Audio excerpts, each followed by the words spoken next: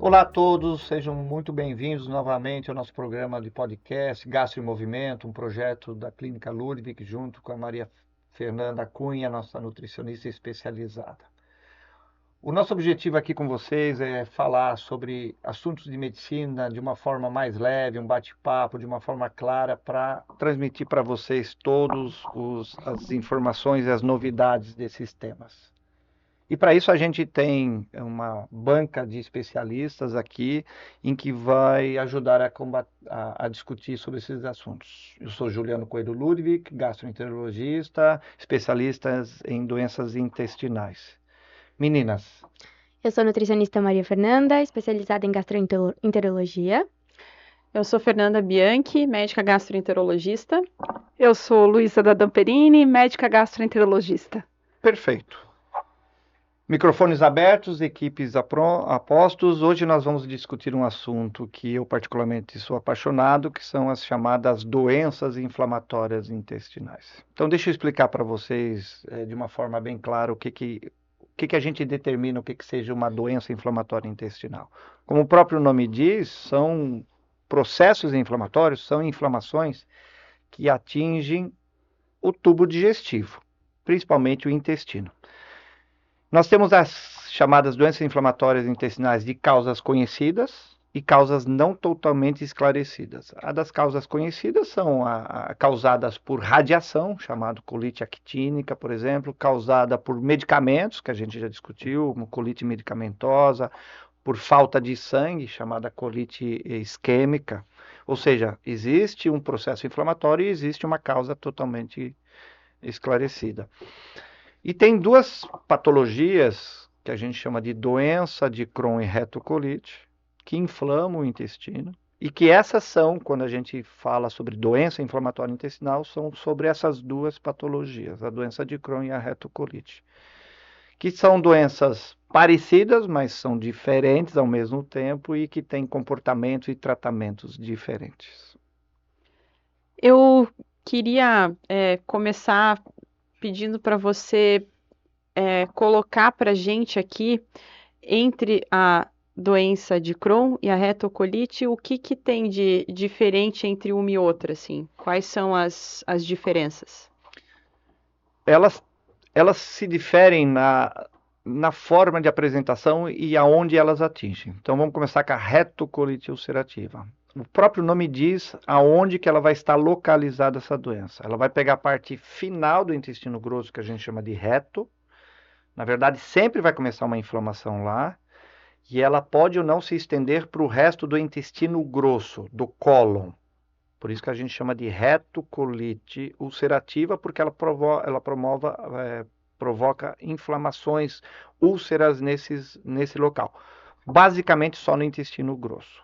A doença de Crohn tem esse nome pelo fato do médico que descreveu essa doença, Dr. Burrow Crohn. Ela pode pegar o intestino grosso, mas ela, diferente da retocolite, ela também pode pegar intestino fino, pode pegar estômago, pode pegar esôfago, pode pegar inclusive a boca. Então, são diferentes já pela localização dela. Uma coisa que eu venho percebendo é que parece que essas doenças, elas estão ficando mais comuns.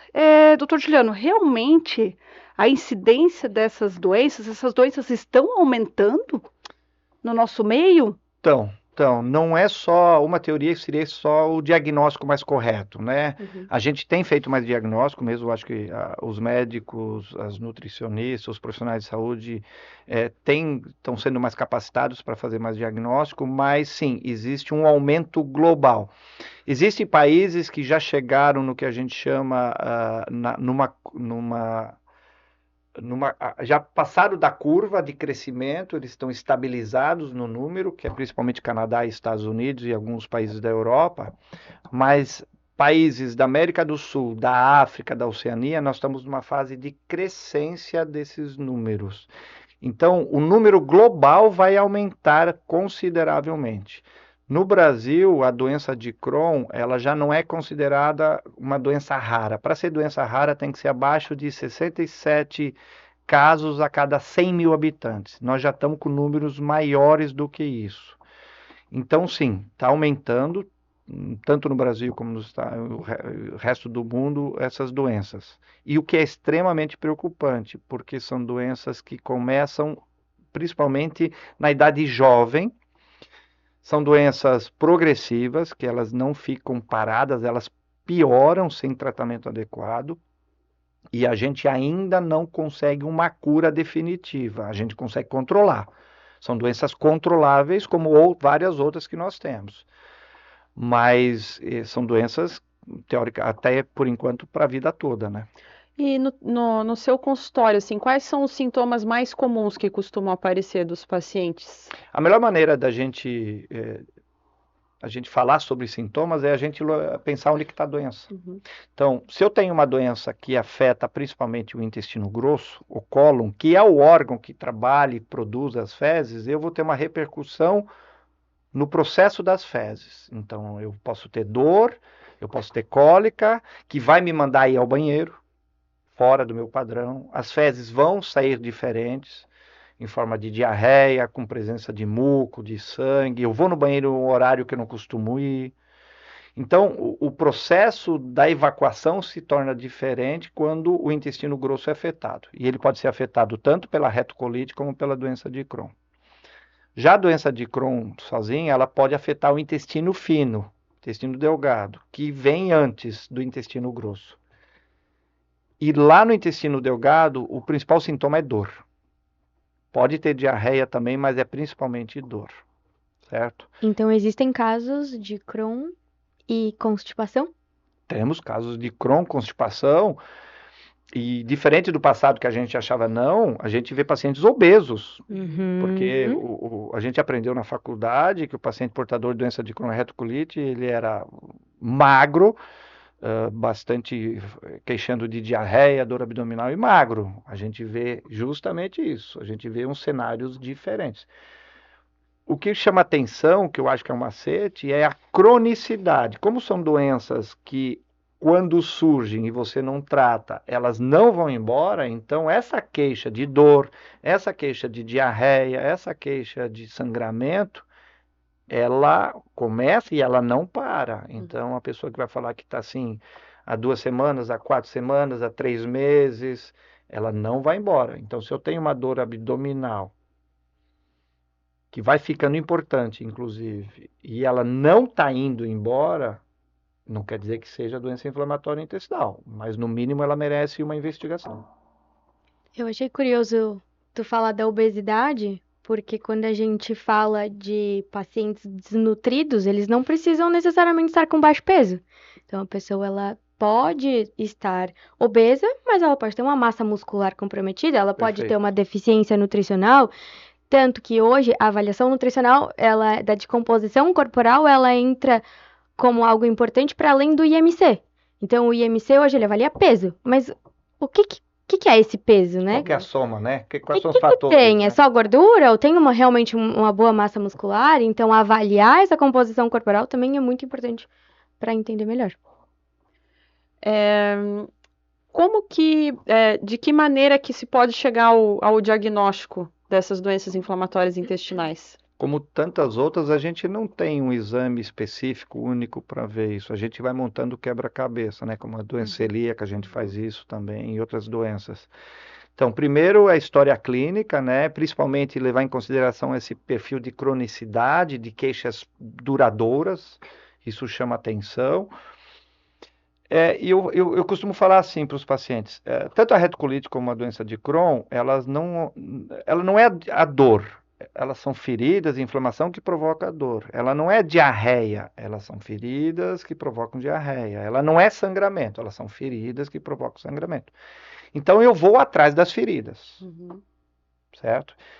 Retocolite, pega só o intestino grosso, melhor exame para a gente ver intestino grosso aqui na Europa, nos Estados Unidos, independente da idade, isso é interessante, porque são doenças jovens, é a colonoscopia. E eu vou encontrar, se for uma doença de Crohn ou retocolite, eu vou encontrar lesões dessas doenças, que vão ser confirmadas principalmente com a biópsia. Mas se eu tenho isso na colonoscopia, se pega o intestino grosso. Se pega o intestino fino, eu tenho que fazer exames que estudem o intestino fino. Os melhores exames são ou a tomografia ou a ressonância ou até a cápsula endoscópica. Existem casos de doença de Crohn de estômago, então que são feridas. Então eu vou procurar essas feridas, eu faço uma endoscopia para procurar. Essa, inclusive, é a primeira parte pré-tratamento, porque quando a gente vai tratar o paciente, a gente leva em consideração vários fatores, mas principalmente a gente fala assim, aonde que está a doença, qual a intensidade da doença, ou seja, onde estão as feridas, qual o tamanho dessas feridas, porque eu vou levar em consideração isso para a escolha do tipo de tratamento que eu vou oferecer para aquele paciente. Inclusive pensando, né, doutor Juliano, que essas doenças elas também se manifestam em outros órgãos, né? Então tem sintomas da retocolite, da doença de Crohn, que não é só gastrointestinal, né? Na verdade, o conceito mesmo são doenças sistêmicas, ou seja, pega o corpo inteiro, com predileção no tubo digestivo. Mas 40% a 50% dos pacientes têm o que a gente chama de manifestação extraintestinal. Eu vou ter comprometimento intestinal em algum grau, mas eu posso ter inflamações em outros órgãos. Olho, chamadas uveites, pele, eu tenho duas lesões de peles típicas, chamada eritema nodoso ou pioderma gangrenoso, que são lesões típicas. Eu posso ter inflamações no fígado, onde que eu vou fazer esse diagnóstico somente com exames de sangue, né? Ou casos mais avançados com uma ressonância. Eu posso ter inflamações nas articulações, que são bastante comum, que pode manifestar com dor articular ou dor e inflamação articular. Então, quando a gente faz um diagnóstico de doença inflamatória intestinal, a gente sempre pergunta e sempre avalia o corpo desse paciente como um todo, porque essas novas informações vão interferir na escolha do tratamento e na monitorização desse paciente também. Quero pegar o gancho da escolha do tratamento. A gente sabe hoje em dia que tem uma gama bem maior de medicamentos do que tinha alguns anos atrás, né? O que a gente tem de tratamento hoje em dia e como que é feita essa escolha esse tratamento para esse perfil de paciente, enfim, como que você costuma fazer isso no teu dia a dia? A gente melhorou absurdamente, né? Nos últimos 20 anos, a gente saiu de 1 ou 2 medicamentos para 8 medicamentos, basicamente, que a gente tem. Muitos medicamentos cobrem tanto retocolite como doença de Crohn, mas não necessariamente, 100% isso. O que faz a gente determinar qual medicamento que eu vou usar, primeiro eu tenho que saber a característica de cada medicamento. Então, nós temos medicamentos que agem de um jeito, de uma velocidade de um jeito, de segurança de um jeito, atingem órgãos de um jeito, pegam manifestação extraintestinal ou não. Então, primeiro eu tenho que estudar o medicamento, eu tenho que dominar realmente o medicamento. A segunda coisa, eu estratifico esse paciente, eu falo.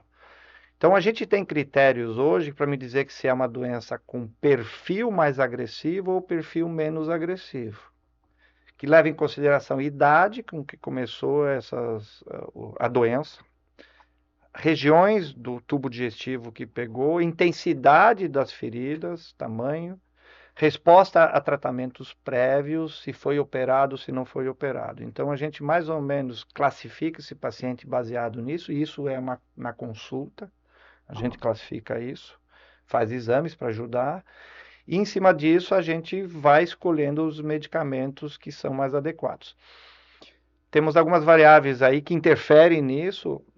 Uma variável é que, infelizmente, nós não temos nenhum exame ainda que me diga, naquela inflamação, naquele tipo de doença, qual que ele vai responder do medicamento.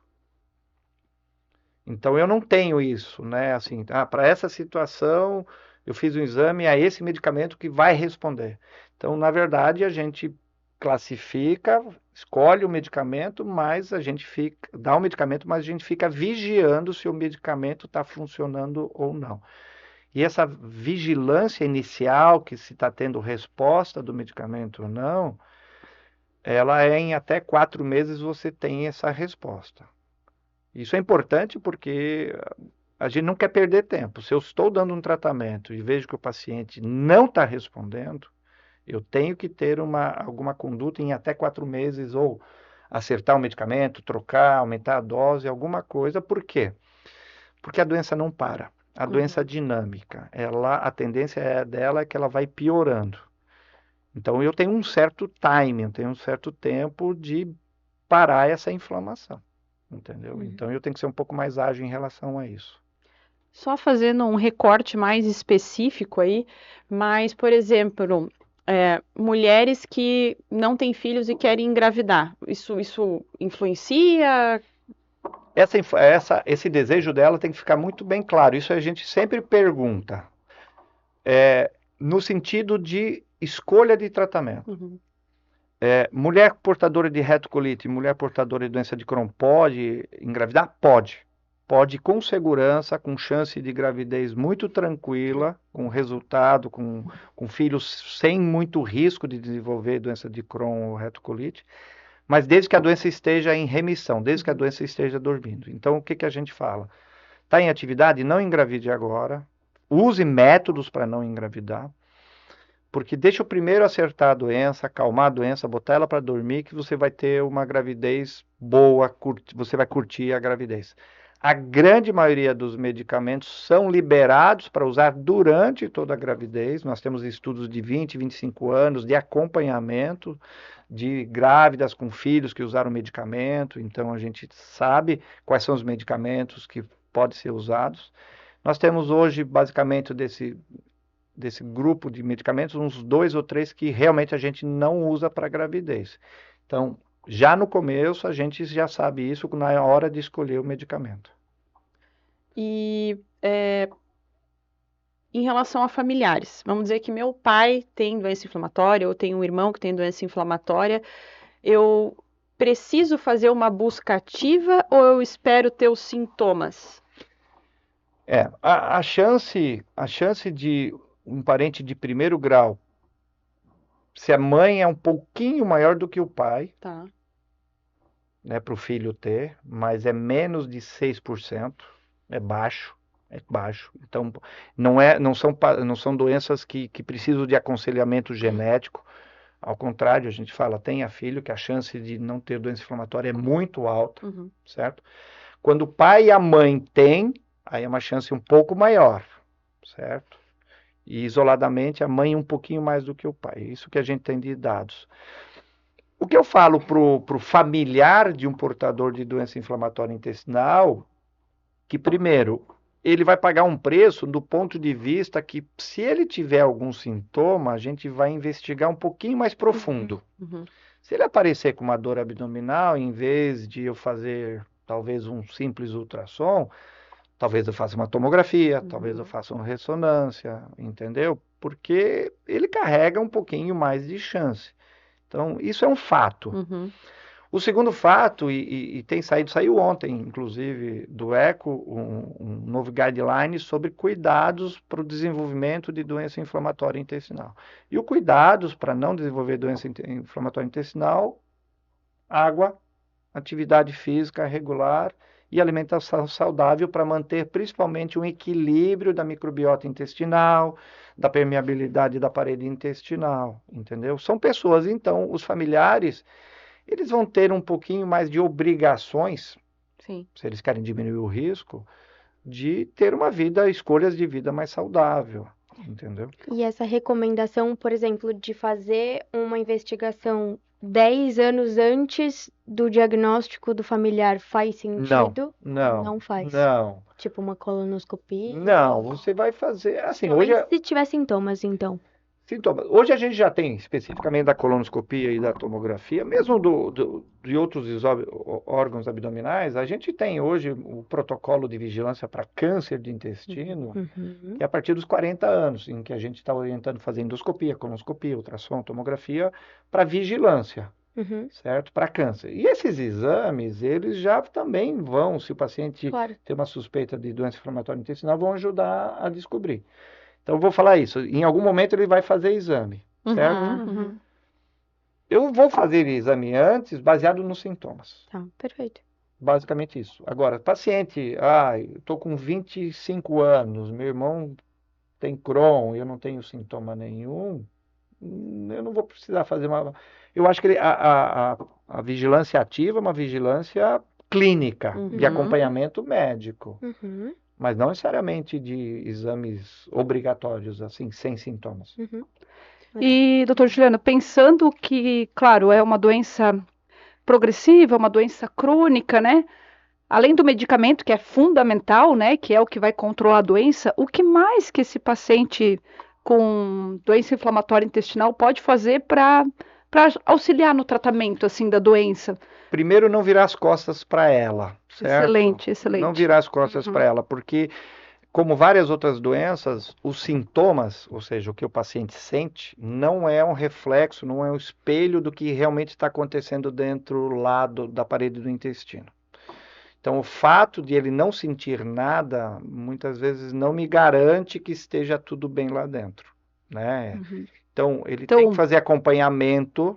Hoje se discute mais isso nos congressos, na verdade. Olha, acompanhamento, follow-up, follow-up, follow-up com esse paciente, mesmo que entendeu? ele tenha melhorado, usou o medicamento, melhorou, A gente, precisa a gente acompanhar. pede que acompanhe mesmo assim, entendeu?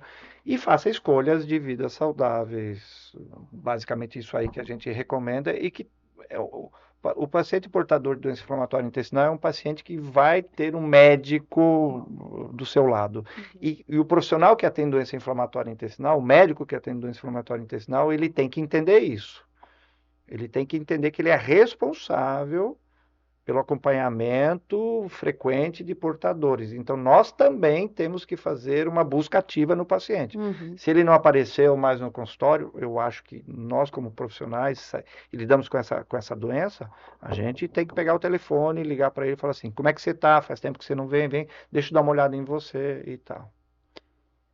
Eu queria fazer um questionamento ou que você explique para a gente melhor qual que é a diferença na nutrição ou na dieta de um paciente que está com doença inflamatória intestinal ativa e um paciente que está com doença quiescente, uma doença que não está ativa, né? Uhum. Sim, são dois ambientes diferentes. Então, na doença inflamatória, em fase ativa, a gente precisa também manejar muito os sintomas, então vai depender se a pessoa tá ali com a diarreia, precisa ter esse controle para uma alimentação que vai melhorar a qualidade de vida nesse sentido. Mas ter um suporte proteico, avaliar a questão nutricional, então, porque muitas vezes está associado a uma anemia, uma deficiência nutricional importante ali pela própria capacidade de absorver. E aquilo que serve para as duas, que é diminuir, os dois momentos, né? Que é diminuir aditivos alimentares, ultraprocessados. Isso realmente é o que na verdade é para todo mundo, Uhum. né? Não deveria fazer parte da alimentação. Já numa fase onde a doença está dormindo, vou usar esse termo, a gente vai focar numa alimentação mais mediterrânea. Então, o que é uma alimentação mediterrânea? Que ela tem esse padrão mais anti-inflamatório. A gente coloca aí uma base de grãos integrais, então vai comer raízes, vai comer batata, quinoa, feijão, aveia, frutas. Tem muito a ideia da gordura boa, né? Então, peixes, muito mais peixes do que carne vermelha. A recomendação é reduzir a carne vermelha, principalmente embutidos, né? Embutidos fora de cogitação. Mas também frango, enfim, essas fontes vegetais de proteína também. Então, a gente precisa acompanhar o peso do paciente, mas também a composição corporal, os nutrientes e vai alinhando a alimentação para o momento da doença também. É uma doença que ela, quando está em atividade, embora a gente falou que existem portadores até com obesidade, mas mais desnutridos, mas realmente são doenças que provocam uma desnutrição proteica calórica, muscular, muito evidente, porque seja pelo consumo da doença, pela atividade dela, seja porque ela provoca dor, e a Sim. dor faz com que você não coma, porque é uma dor disparada pela alimentação, né? Pelo ato de comer, muitas vezes, se você está com uma área mais fechada, uma subestenose, seja porque ele tem diarreia, e ele come, ele tem diarreia, então ele é um paciente que realmente ele perde peso muito fácil, E a absorção de nutrientes também é comprometida. Então, eles vêm acompanhados de desnutrição proteico-calórica, anemia, baixo ferro, baixa vitamina B12, baixo magnésio, zinco.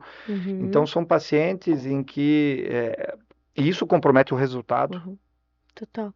do tratamento medicamentoso e principalmente cirúrgico, né? Porque infelizmente são pacientes com possibilidade de tratamentos cirúrgicos. E um tratamento cirúrgico no paciente desnutrido aumenta a chance de complicações da cirurgia. Então, uma das coisas mais fundamentais, já na primeira consulta, é você começar a trabalhar na questão nutricional desse paciente de uma forma muito importante. O problema é que precisa ser muito específico, porque se tem uma doença de Crohn no intestino grosso, a forma de alimentação vai ser diferente de uma doença de Crohn do intestino delgado, pelo comprometimento, pela estenose, pela absorção. Então, e não é todo mundo que sabe isso, por isso que uma profissional que entenda essa doença vai explicar melhor. E também quando tu fala dessa questão da dor, até os estudos trazem a possibilidade de fazer uma dieta low FODMAP, voltando para a dieta low FODMAP, para melhorar sintomas, né? Então, vou repetir, é uma dieta de data de início, meio e fim, ela não é uma dieta para seguir na vida, mas ela muitas vezes pode ajudar na dor. Sem dúvida nenhuma. Na dor, então ela pode ser um gatilho ali, às vezes a gente vai fazendo uma adaptação. E tudo vai depender muito de como o paciente está, né? E quais são os sintomas que ele tem? Se é a diarreia, se está intestino preso, se é a dor, e a gente vai ajustando para isso. E uma outra coisa que a gente também já conversou recentemente, que é sobre leite e glúten, né? Se precisa tirar o leite e o glúten na alimentação dos pacientes com doença inflamatória intestinal. Então, o nosso último consenso, de fato, traz que em pessoas que não são intolerantes, não há necessidade da gente fazer essa restrição nem de leite e nem de glúten, que isso não aumenta as crises de doenças inflamatórias. O que a gente precisa entender é se de fato existe uma intolerância à lactose, como como que o paciente responde quando consome. E o que eu repito é o glúten quando num contexto equilibrado, né? Não ser só glúten, em que alimento é esse glúten, se é um pastel que é frito, talvez o problema não seja o glúten aqui também, né? Mas qual que é esse padrão de alimentação e qual a fonte desse glúten? Então, coisas que a gente precisa avaliar. Tá aí a importância do acompanhamento multiprofissional, né?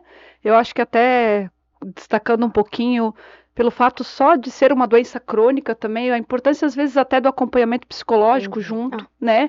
O quanto essas doenças interferem na parte emocional, né? Na questão às vezes até familiar, né? Toda a família que se envolve com esse paciente. A importância do psicólogo, psicólogo e da equipe multiprofissional, né? Psicólogo, enfermagem, nutricionista, acessibilidade desse paciente para a equipe. É um paciente que demanda realmente preocupação da equipe no cuidado dele, porque são patologias realmente potencialmente perigosas, assim. Muito mais que vão machucar a vida desse paciente do que necessariamente risco de vida, mas são doenças sem controle que machucam muito a vida desse paciente. Muito bom. Excelente. Eu acredito que a gente abordou bastante, foi bastante interessante. Fique conosco que nós vamos continuar trazendo mais novidades para vocês.